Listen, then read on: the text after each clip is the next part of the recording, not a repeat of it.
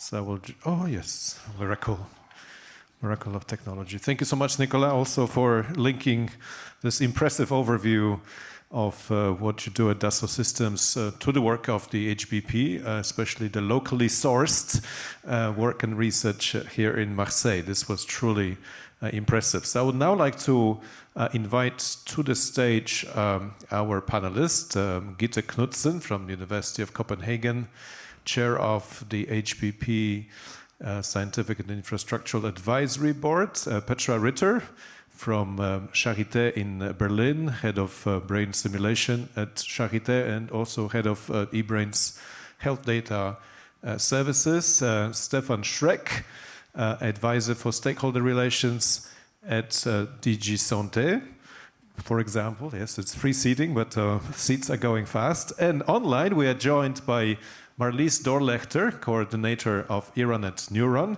Philippe AMOUYEL, chair of JPND, Frédéric DESTREBECQ, executive director of the European Brain Council, and BOON is still with us and would welcome also questions when we get to it. So thank you very much. I'll go straight to the panel. And what I have prepared is basically one or two questions for each of you, but please feel free to also intervene when you feel the urge, hearing what has been said. So Stefan, if I could go directly to you, because as we said at the beginning, this recent period has been very eventful in terms of policy setting at the European and global level, but there is much more in stock. Including an initiative that President of the Commission announced herself on mental health, and including the partnership on brain health, which Commissioner Gabriel has already spoken to us about this morning. So if you could sort of unfold a little bit of the secret as to what we can expect in these forthcoming initiatives. Yes, thank you very much, Pawel, and indeed, it's high on the agenda at the moment. Professor BOON has already explained very well the importance of neurological health, and therefore I thought I'd give you some data on mental health, which is basically the reason why it's so high on the agenda. There was actually, in 2018, we had already a health at a glance report on the state of health in the EU, and that mentioned that mental health problems affect about 84 million Europeans. That's basically 1 in every 6 citizens. And for the same year, the total costs of mental illness were estimated at more than 4% of GDP. And that's just an enormous amount of money. And those are the figures from 2018, and you know that we had some events since 2018 and now. There was, of course, the COVID-19 pandemic. We have the war in Ukraine now. We are also seeing really bad effects of climate change. And finally, there's also inflation, which we see in recent years, which has taken up enormously. And all of that made mental health in Europe worse than it was in 2018.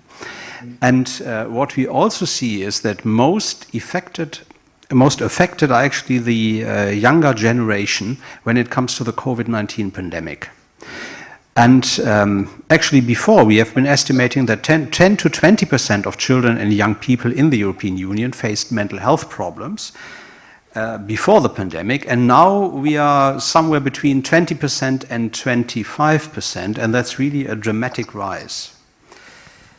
Yes, and then the 2022 edition of Health at a Glance was reported actually in last December, and the report focused on preventing and addressing mental health challenges after the COVID-19 pandemic in the context of current trends. And there are some alarming facts. It showed that in many EU member states, the number of young people reporting symptoms of depression more than doubled during the pandemic, and about 50% of young people reported unmet needs for mental health care. And all this just underlines the rising importance of mental health also from a political perspective. So we need to take action. and we need to coordinate action to address these rising challenges.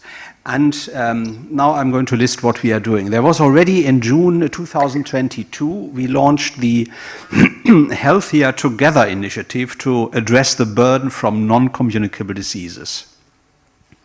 And indeed, after we heard Professor Bohn's comment on lumping everything together, indeed, in a way, this is an approach which treats all non-communicable diseases as one bigger policy initiative. And actually, the reason for this is that we felt that the earlier initiatives we also had at European Union level, trying to address individual non-communicable diseases, weren't as successful as they could have been. We prefer now a more holistic way of addressing things. But it had strands, the Healthier Together initiative, and there was one strand on mental health.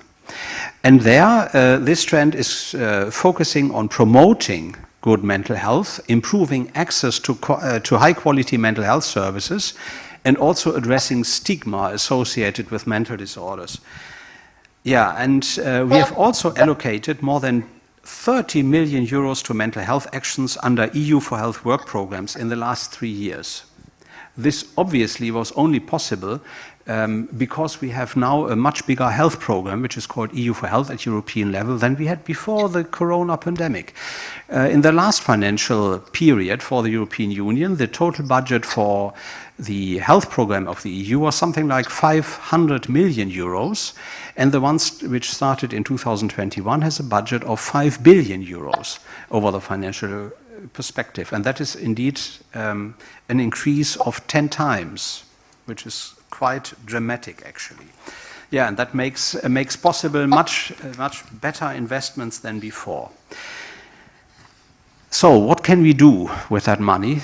Actually, we have to respect the Treaty of the European Union, which defines the role of the European Union in the area of health, and that is actually rather limited. The treaty is quite clear. It's the member states which are responsible for organizing their health systems and also for allocating resources. So what we can do is we can support member states in their efforts to address mental health challenges. And we do this in recent years, particularly by transferring best practices.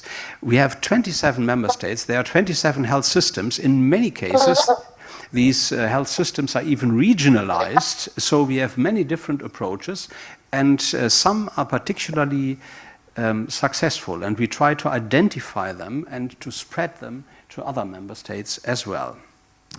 I also would like to say that in this work we have a particular focus on children and young people. There are, for example, 2 best practices which are called Eyes Hearts and Let's Talk About Children that have been launched to enhance social skills of vulnerable children and adolescents. We are, of course, also helping displaced people. That's also very important. We have mobilized 28 million to provide urgent psychological and trauma support for people fleeing Ukraine because of the war there. We are doing this with the International Federation of the Red Cross. There are also projects for non-governmental organizations on best practices for migrants and refugees. Yes, and since we launched this Healthier Together initiative, which already has a mental health strand, it went even higher up on the political agenda. Our President Ursula von der Leyen announced in September last year that there would be a new initiative on mental health, which would be a comprehensive initiative across all policy areas, to put it like that. Yes, and well, that I can't say a lot about that because my colleagues are in the process of working on preparing it. It's supposed to be launched in June this year. So, well, if at the next conference after June, we will be able to tell you more about it. We had already a call for evidence for that. And I assume that several of you have already submitted contributions for this call for evidence. It ran from January to 15th of February, and we received 300 contributions. And that also shows that it's really on everybody's mind. And I would like to thank all of you who have contributed to this exercise by submitting your contribution. Yes, and let me also mention neurological disorders. The Commission is also committed to supporting member states in their efforts to address dementia and other neurological disorders. We know that conditions like dementia, stroke, and headache are responsible for a large and increasing burden in the EU. Yeah, Professor BOON referred also to that. So we are totally aware of that. It's about disability, it's about premature death as well. And important to mention is also the demographic change we are seeing. Yeah, the Europeans are aging very fast, and that has an impact on all sorts of non-communicable diseases, including neurological disorders, unfortunately. Yes, I think I've mentioned more or less what I wanted to mention here. Yes, maybe some cross-links, let's say, because it's indeed important to look at all non-communicable diseases together. We also have the Europe-Speeding Cancer Plan, for example, and that is directly important as well, for example, because we are talking also about brain cancers, but we are also learning from other experiences in the area of cancer. There is a code against cancer, and there might be a code for mental health, actually, as part of the new initiative on mental health. What we also do, what is interesting, in the cancer plan, we established a register for inequalities. That's the first time this is done at European level, and there might also be inspiration from that for the area of mental health. So we will see how that can be implemented. Yes, there are some other details. I will not talk about them. Let me just refer to a couple of things, if I may, of what Professor BOON has been saying, because that's indeed also important. He was actually talking about something which really spoke directly to me, about increasing the volume of the pond rather than quarreling about the fish in the pond. And that applies not only to mental health and neurological disorders, respectively, but actually for all public health and all other healthcare initiatives which can be done at European level. It is clear that we are living in a rather exceptional period. I mentioned already that the current health program is 10 times bigger than the old one was. But it runs only until 2027, and the question will be, what happens in 2028? How big will the pond be, at least at European level? And that's actually an issue that should be on the minds of everybody in the health community, regardless of what particular health problem you are interested in. That's one of the key points I wanted to make. Yeah, and of course also his comments on the clinically and societally relevant research agenda, which is absolutely essential. That's also absolutely essential for us. We want to help patients, or rather help member states helping patients, and for that it has to be clinically relevant, but it also has to be societally relevant. We are having everywhere the problem to reach the vulnerable, disadvantaged groups, and that goes really across the board, and that also needs to have an impact on the research agenda. So it can't be that it focuses just on the individual patients. It also needs to focus on how any results can be applied in such a way that everybody who could benefit from it will actually benefit from it.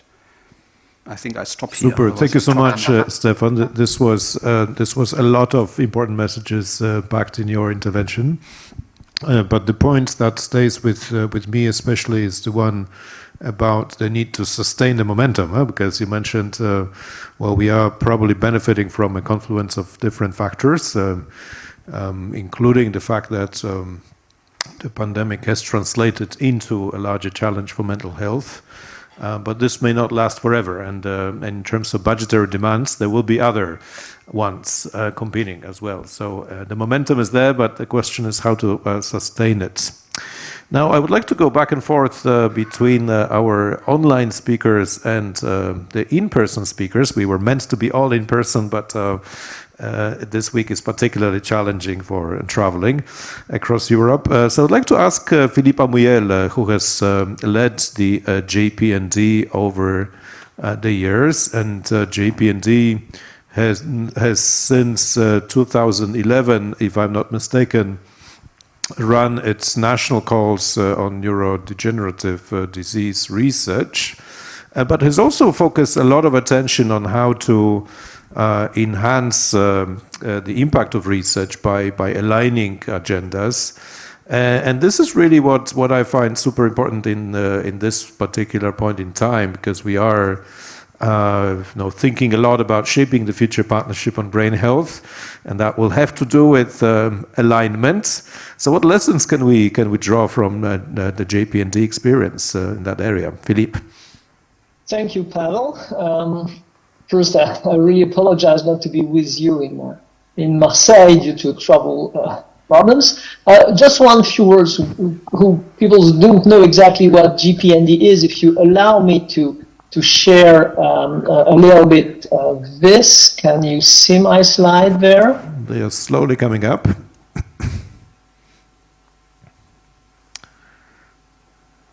Yes, we can.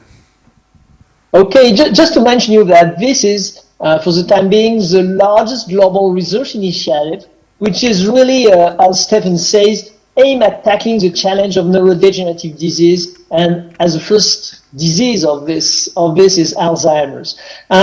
This initiative has three conditions of success. As you mentioned, Pawel, this is to increase and defragment the fundings dedicated to neurodegenerative disease research.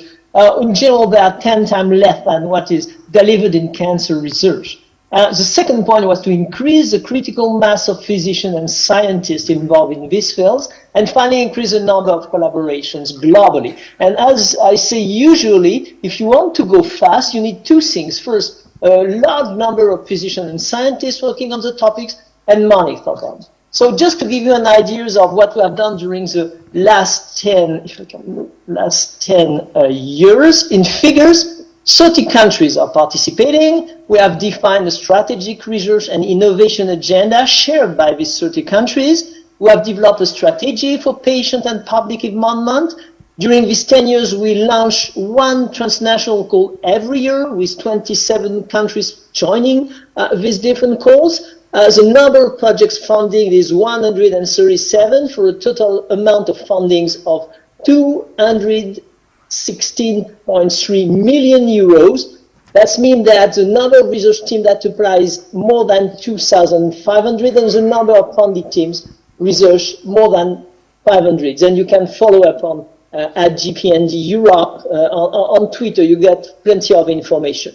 Last point, the impact. At least the scientific impact. This has been extracted from the citation impact from Clarivate Analytics, and you see the progressions in 2012 and in 2019 of the number of publications of these initiatives, their impact as top 10 citations and top 1% citations. So just to say that we now have some practice about what is called alignment, and this is a key question you raised. And I think from my point of view, it's really the key elements, because the ideas of such objects, just like JPND, or as we see about NEURON, is really to be as efficient as possible with the use of the public fundings. We need to avoid dispersions. We need to avoid redundancy. If we take the example of a continent just like US or just like China, they act as one.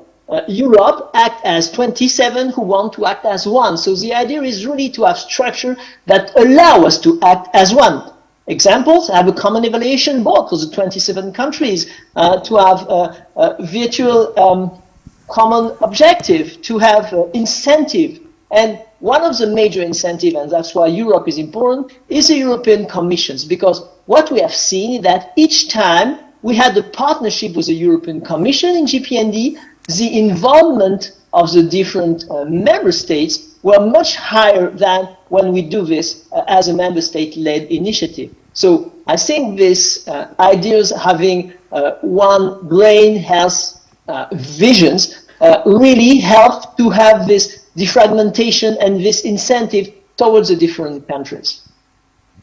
Thank you so much, Philippe, for your practical and concrete suggestions how to go about alignment. And with the example of the Common Evaluation Board, I think that is well to be noted. Now, back to the room here in Marseille. Gitte, you have been a champion of precision medicine approach. If anyone is interested, I would highly recommend the HBP podcast, where you speak about that, among other things. The psychedelic focus is also super interesting. But since there is currently a European partnership on personalized medicine, actually in development and in funding stage, I mean, coming from the perspective of brain disorders, what would you like to see in that type of approach at the European level? Yes, I think the precision medicine obviously is something that has become much more aware of. Everyone has now know and realizes that patients are not just patients. We have these codes we use for coding the different disorders, but we also know that there is a lot of comorbidity and that there is also a relatively poor progress when it comes to treatment of mental disorders. So we can really count the number of new treatments we have at hand on very few hands, I'd say, not to say one. And that necessitates, of course, that one thinks more about how can we come about getting more biomarkers for identifying different features of patients' symptoms that could be treated. So maybe we shouldn't think about depression as one disorder, but as a multitude of disorders. And depression is a good example because we see comorbidity with so many other neurological and mental disorders broadly. So what we need to do is really to identify some better biomarkers that can help us stratify patients into these different groups and to develop new strategies for how to cope with these disorders. I also want to mention another thing which is quite important, I think, which is really the patient's views on because obviously with an aging population as we see in Europe, we will have more and more resources allocated for treating those disorders, and we will become better at doing so, hopefully.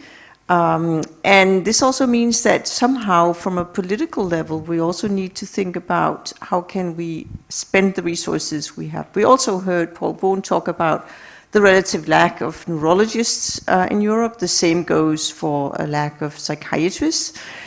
And this means that we will need to spend the resources we have in a good way and also see if we can use technology development to help us achieve some of these goals. So these are some of the things that I find quite important to keep in mind when we talk about where are we going, what directions are we going in when it comes to precision medicine and the aging population and limited resources, after all, for helping patients. Thank you so much, Gitte. So focus on specific symptoms within disease categories, so biomarkers and stratification.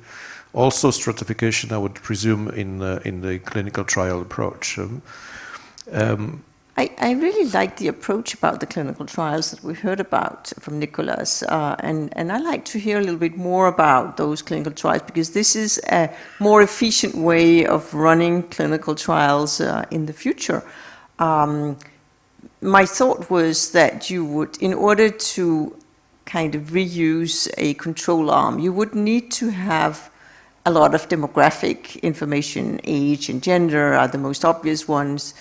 But what are your thoughts about implementing also biomarkers and other things that come up? I would say that these would definitely be needed for clinical trials. Nicolas, you need the microphone for our... Well, this is metadata technology, so I'm not the expert. The biomarkers are definitely needed. The basic idea is that a patient that was once hired or recruited in a control arm could serve another disease, another clinical trial. So that's the main idea. And if you can guarantee that these patients are suitable for the new study, then you can go on with a synthetic control arm. It makes a whole lot of sense. I'm just wondering how you're going to do the matching, and I think there is more to be done here to do the matching correctly. But if it's done correctly, I think it could be a very efficient way of running trials. It is true that if you have a database, historical database built from oncology clinical trials, and you want to move to neurology clinical trials, maybe you will not have enough information to do the matching using the propensity score. It is true. But I cannot tell you what is inside the database right now. It's a huge database, but... Thank you very much to both, Gitte and Nicolas. I would now like to go to Marlies DORLÖCHTER, coordinator of ERANET NEURON. And ERANET NEURON has played a unique role in supporting translational research. And I would like to ask Marlies a little bit about how we should approach the future agenda setting challenge, namely how we should proceed with respect to identifying gaps in research agendas and setting priorities, and to what extent communities such as the one here in the room can be involved in this process. Can there be surveys, for example, that can bring in meaningful information? Marlies. Yeah, thank you. Thank you very much. Hello to everybody. Indeed, we need to think about priority setting in terms of the upcoming and obviously already mentioned European Partnership of Brain Health, and we are in the process of thinking how to do this and how to identifying gaps and priorities. Well, the brain research area is actually very well structured. We can see this in this huge conference here. There are position papers written by societies for neurology, surgery, psychiatry, who are under the umbrella of the EBC. Fred is here. They have written position papers and statements. There are specialized journals. There is the HPP. We have a lot of material. We also have the research agendas of a number of initiatives of JPND, NEURON, the EBRA project has updated an agenda. The Innovative Health Initiative has an agenda at HPP also. So there is a lot of material. We do not start working from scratch. And we could use and analyze this material and have a meta-analysis of the achievements and also gaps, hurdles, and so on. So what we can use for future research is here, is already there.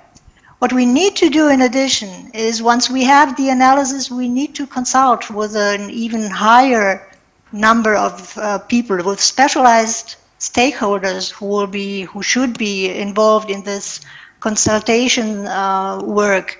We may even use and need open consultation of the entire public. This is very ambitious. It's not easy to analyze things like that. Open consultations are sometimes they come up with surprises, but that is also good because it changes our thinking, and it is very useful. And with this, a new and an updated research agenda could be written. But that is not all. The agenda is just the document. It's a piece of paper. What we need is to implement this agenda. And what we need is to set priorities. And for this, collaboration is needed of all the member states in Europe and also beyond Europe. Actually, globally, we need collaboration to bundle national strategies and to make stronger and a collective impact. That's why it is really important and indispensable that in the process of the implementation, the European Commission is included. We heard how powerful the European Commission can be, and we need the European Commission to help us, to help the member states and to help the ministries, funding agencies, and private charities to implement, to set priorities and to implement the research agenda. Of course, criteria come up with that maybe have other priorities than only from the research viewpoint. We need, when we implement a scientific research agenda, we need budgetary issues, political issues. They were all mentioned. And it will be very important that despite all the crisis that we have now, we jointly and collaboratively come up with an implementation plan that will be lead to actions for the next years and will really help and change something in terms of mental health, in terms of all the other brain health issues that we are facing now. This may be the way to go. Thank you so much, Marlies. That's a super important statement, underlining that the agenda has to be a living one, namely one that is implemented and not just a point of reference. Now, I would like to go to Petra Ritter, who, as I mentioned, is also head of the EBRAINS Health Data Services, with a question on data and accessibility of data. I remember a 2020 Deloitte report, which had some striking numbers, namely that harnessing data and AI could save 400,000 lives a year. Well, I didn't look up the methodology, but it did strike me as quite an impressive conclusion. And this is because most of the data is inaccessible. It's in such a fashion that researchers cannot make use of it. So how far are we in technological sense from being able to access data, including through EBRAINS? And if you can squeeze in your answer also a reference to the European health data space, namely what would you find to be the most promising aspect of that important European initiative? Yeah, so when asking the question, how far are we away from accessibility of health data, we have to look for different pillars. Yeah? What are the ingredients that we need in order to provide access to health data? And one ingredient is technical interoperability. And what is envisioned in Europe is a network of platforms, in fact, peer-to-peer network of platforms that enables autonomic platform communication. So we need interoperable platforms that work together, that understand each other to communicate and transfer health data. This is number one, technical interoperability. Number two is semantic interoperability. What does it mean? It means that the data need annotations, they need metadata, and it doesn't mean that all the metadata used in the healthcare systems need to be the same. There doesn't need to be a single standard, but we need to have a mapping of metadata schemas, a mapping of different nomenclatures. And this is a semantic interoperability that is required. There's a third pillar, it's a legal interoperability. What does this mean? It again doesn't mean that the law is the same in all member states or in all regions, in all locations, in all hospitals. It requires a mapping of the legal framework, yeah, and access control according to the applicable law. We as EBRAINS, we are very active in these fields indeed. We have the development of the health data cloud, which in fact is such a peer-to-peer network of platforms that are interoperable. We develop semantic frameworks. We have Open Minds as one example that is being used in EBRAINS. And we are also exploring the legal framework, yeah, and we are working on this legal interoperability. So in these aspects, we are pretty good, but there are challenges that are not getting sufficient attention, in my view, presently. And this is based on the fact that in Europe, health data are not owned. Yeah? Proprietary law does not apply to health data in Europe. health data are being controlled. And the utmost control of health data has the patient or the data subject. And the patient or the data subject then can grant an agreement to use the data to a researcher, for example. And this means that the researcher becomes a data controller. And this is linked to responsibilities, quite complex and big responsibilities. And here's one challenge, that the researcher in Europe often does not have the training and education. They don't know even their responsibilities. And for this problem, there's a solution, in fact, and one nice blueprint for a solution is provided by the UK. There we have the Digital Economy Act, and on part 5, data sharing. There is the code of accreditation. So researchers have to undergo training. They have to provide evidence that they are qualified to work with certain data. Yeah, and this accreditation can be also removed if they act wrongly. Interestingly, they also agree that this evidence of qualification and training that is needed, for example, to access health data, is publicly recorded. So there's a public entry about this qualification, and this is used for an authentication and authorization infrastructure that provides access to the health data, which then depends on the qualification the researcher has. So there needs to be training and education in order for the researchers to be capable to carry the responsibility that goes along with dealing with health data. This was one challenge, but there's a second one. The second one is that the researcher becomes the data controller. He's responsible, or they are responsible, and they need to prove compliance with the law when they use infrastructure such as EBRAINS. Yeah? And this is difficult because EBRAINS is a very complex technology. So how can a single researcher prove that the technology is providing the cybersecurity, for example, that is needed? So therefore, one needs certification, and this was foreseen by law. This is actually written in GDPR, but it did not exist for a long time. This changed in October last year. Yeah, the European Data Protection Board has introduced a mechanism for certification, Europrivacy. Since October 2022, this exists and provides a data protection seal. So this is good news, and I was actually also having a question whether the data protection, European data protection seal also applies to your systems. You don't need to answer now, but would be really interesting to hear. It's very new, and I would love to hear your experience with this certification mechanism.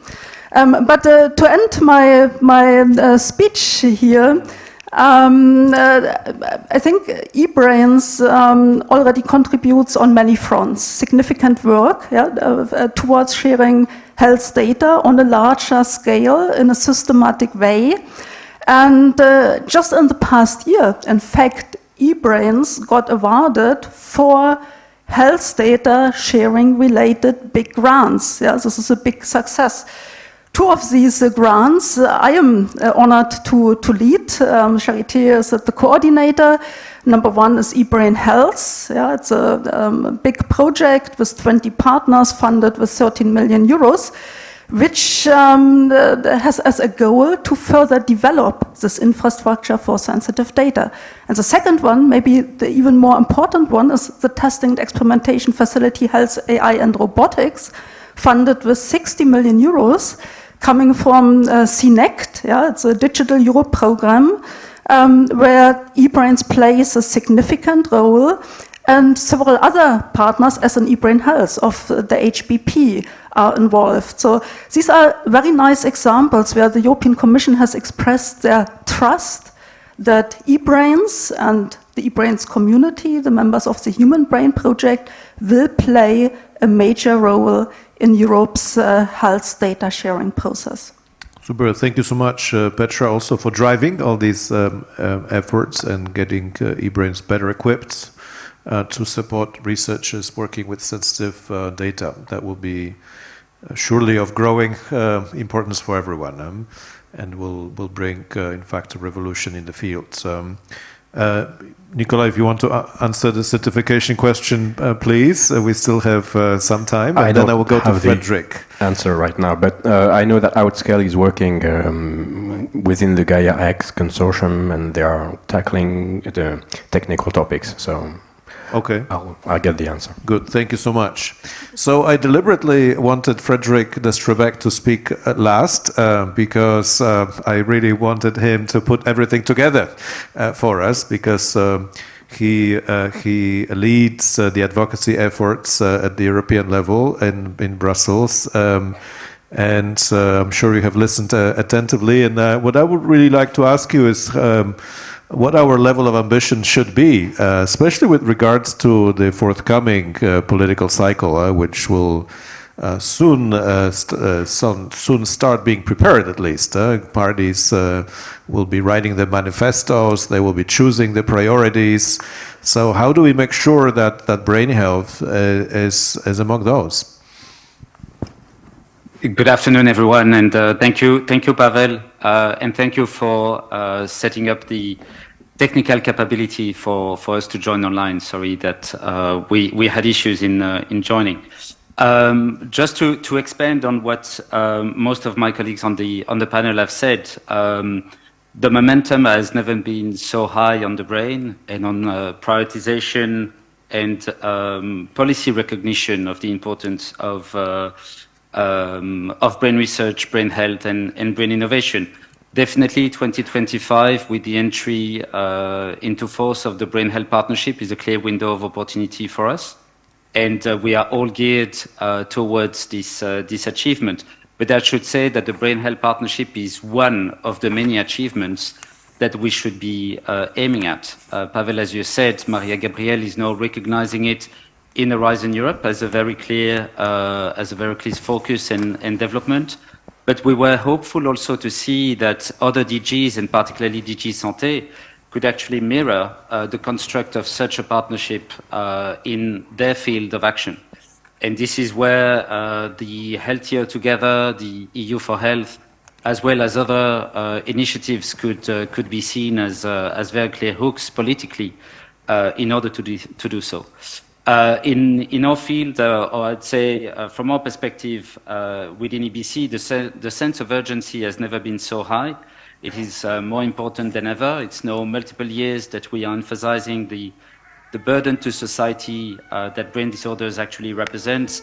I won't repeat the figures that Paul and Stefan have mentioned, but I would simply emphasize their importance and relevance. But that we also know come to a point where this evidence need to structure and strengthen our narrative, because it's not only at the EU level but also globally that action is needed. And I simply would like to emphasize the recent development at the WHO level with the adoption of the Global Action Plan for epilepsy and other neurological conditions, which come in combination with prior WHO action on mental health, which is prompting that need for action, but also creating a window of opportunity that is actually open until 2030, where all the key objectives and the key indicators set by WHO will need to be met. In that respect, we have a clear framework of action, we have clear priorities, and a very clear ambition. From EBC perspective, this coordination of national brain plans in order to respond to the IGAP is actually falling into the mix, but also as leveraging the work that we have been doing in the context of the European brain research area with Marlies, with Philippe, with Gitte, with Paul, and many other players.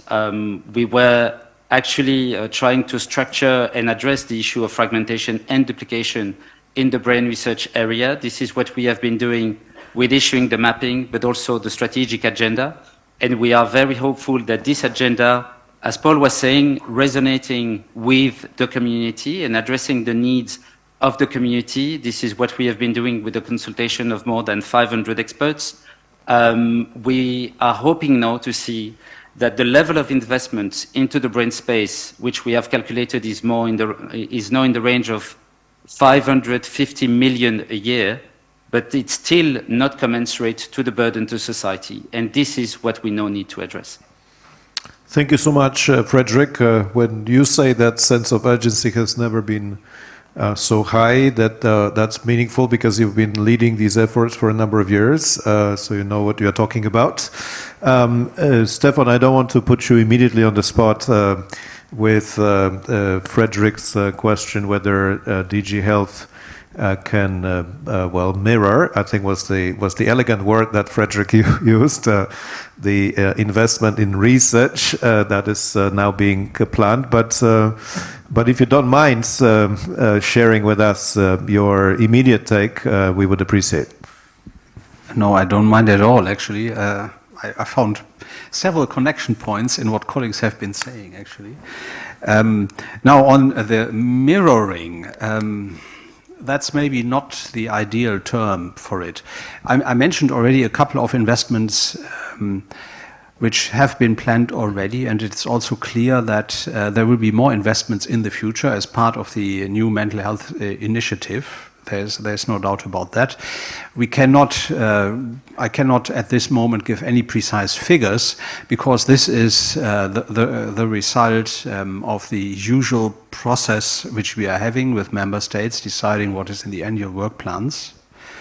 But it is clear that it will make an impact, that we will have a mental health initiative. There's no doubt about that. But I would like to come back to the term mirror. I mean, we can start from the idea that Horizon Europe, and I guess most of you will be more familiar with Horizon Europe than they are with EU for Health.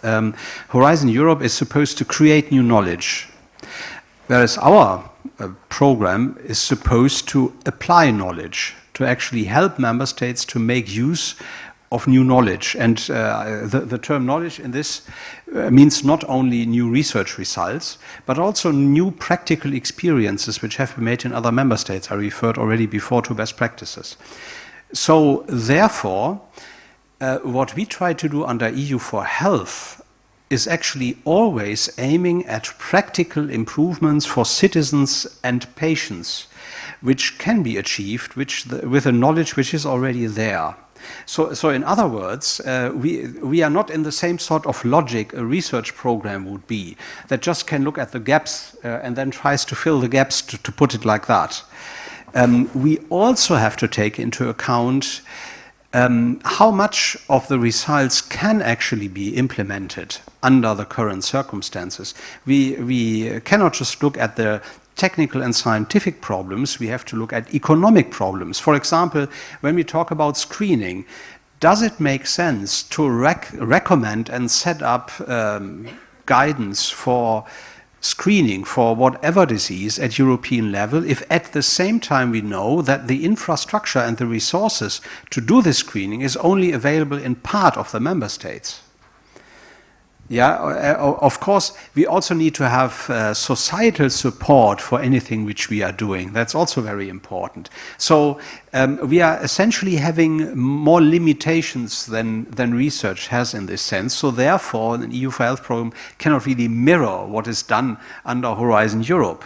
But of course, it can invest more resources to make better use of the better research results which may come from the priorities in Horizon Europe. Thank you. I think that would be exactly what would be needed from the point of view of EU for Health program. Now I'm looking around. First of all, if there are any questions, we will need to end shortly, but there is space for, I would say, 1 or 2 questions in the room or comments from the speakers. Yes, Jean-Pierre Changeux. So this will be a question in the room here in Marseille.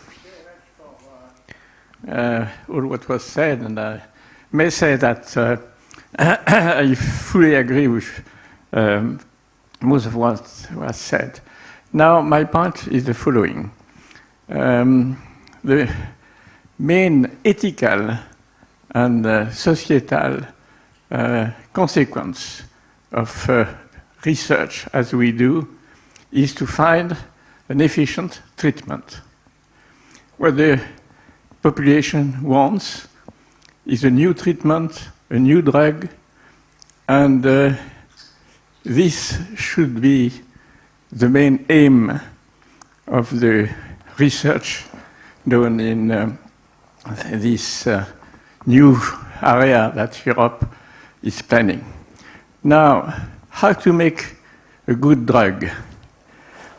Clearly, in cancer research, it worked because many new drugs have been found and many cancers have been treated. Not all of them, but many.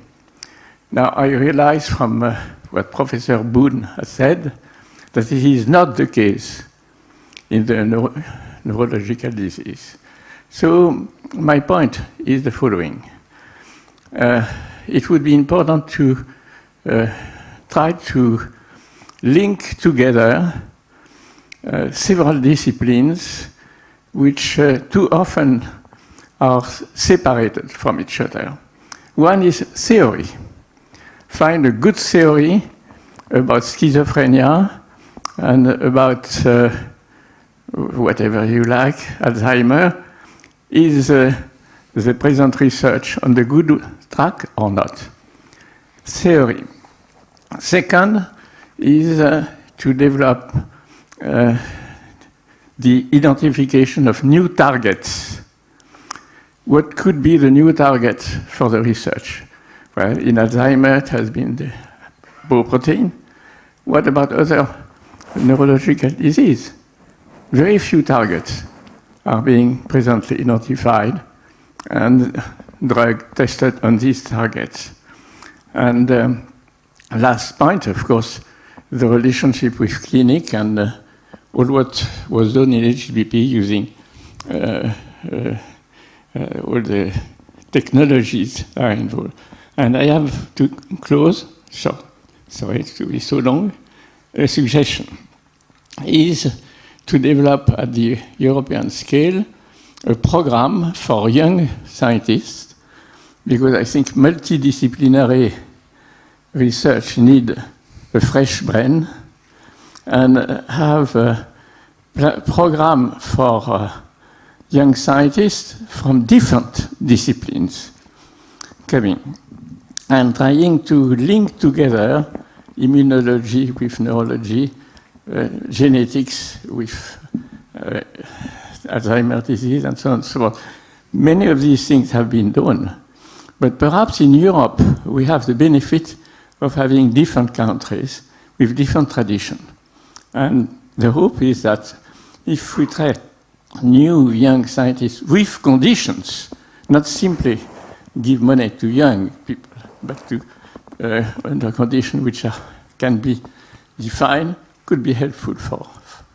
Super. Thank you so much, Jean-Pierre, for sharing that suggestion with us and for also addressing the question of drug design, which we haven't covered, but there is a separate session on drug design, super important, of course.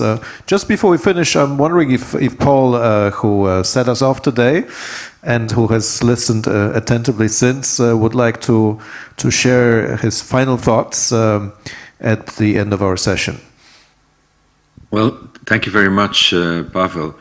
I'd like to reiterate one thing that caught my attention, which I thought was a wonderful statement, saying that, or claiming that, well, better data management and artificial intelligence and huge databases could immediately lead to avoiding many, well, lots of disability and also many deaths in Europe. I think that is a sky-high ambition that I would share. But I mean, in order to achieve that and to have a reasonable chance of achieving that, I think, and many things have been said, let us never forget the link between those huge databases, metadata from patients, imaging data, electrophysiological data, whatever data, and in order to get the maximum out of the most sophisticated analysis of these data, you still need clinical trials and you still need the clinical environment. So I would really want us all to be convinced of one thing, that obviously sharing all the experience and all the competences that we have together is wonderful. But it finally boils down, and I can only reiterate what the previous colleague just said, it all boils down to better understanding of mechanism of diseases leading to better diagnosis and ultimately optimal treatment, and much better treatments than we actually have. So I think while I completely share the ambition, we should not forget in our enthusiasm that the clinical step towards bringing new insights into translation towards newer treatments is absolutely vital. And that's where I can only reiterate also my call for much more resources for clinical brain research. That is absolutely vital. Thank you very much. Thank you very much, Paul. And since we have to leave it there, given that time flies, I think we will. This last message will very strongly resonate with us. And if I could share one hope for the future, it is that next time we meet, we won't be talking about an emerging European policy priority, but a strategic European policy priority that will make brain health much more and much more strongly anchored on the policy agenda. So let's keep our fingers for that, and of course keep on contributing towards that goal, because it will have to be a collaborative effort. Thank you so much to everyone who has joined here in Marseille and online. Really appreciate your contributions. Thank you very much, and please join me also in applauding our speakers for their speeches.